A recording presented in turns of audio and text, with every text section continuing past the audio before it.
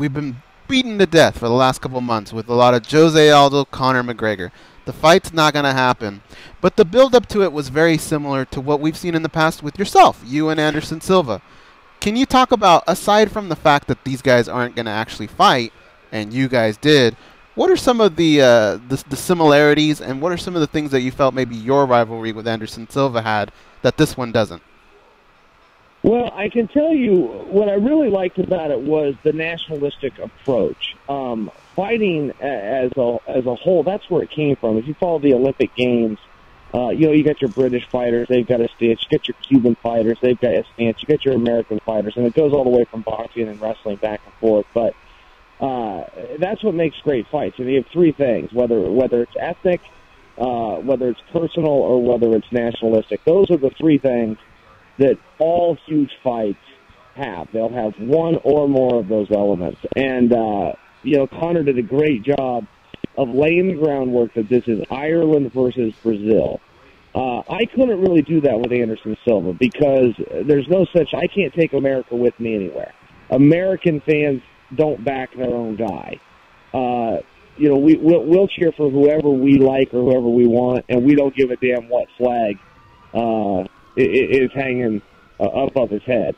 So Ireland does, and Brazil does. So he had everything that Anderson and I had, except he really had it. I was out there trying to make it happen. I couldn't get the American fans to buy in. In these other nations, they just do automatically. So, it was very exciting. Conor did everything right. Jose did everything wrong, which he always does. He's the worst drawing champion in the history of the UFC. You laugh all you want. Numbers don't lie. He is the worst draw. No, you're right. Guy with a belt. I wish he would do a lot more. I wish he would do a lot more for his career. His minimum threshold. He's never got a pay-per-view bonus because he's never met a minimum threshold. And as much as these sound like insults to him, they got him ranked as the number one pound-for-pound fighter in the world. And if I was on that ranking crew and got a vote, I would support it. I think he is the best. But what makes him tick and what makes him go out there, I don't know. It's certainly not money. You would think. Every interview he does, all he does is bitch about money.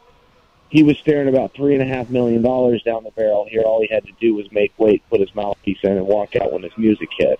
And he elected not to do it. And I can tell you, a rib injury is about the most painful thing you can go through. I think it was a matter of him just being tough enough and walking out there and giving his best performance on that night. He probably would have done it. But the other side of this that isn't getting told is he's got to make weight.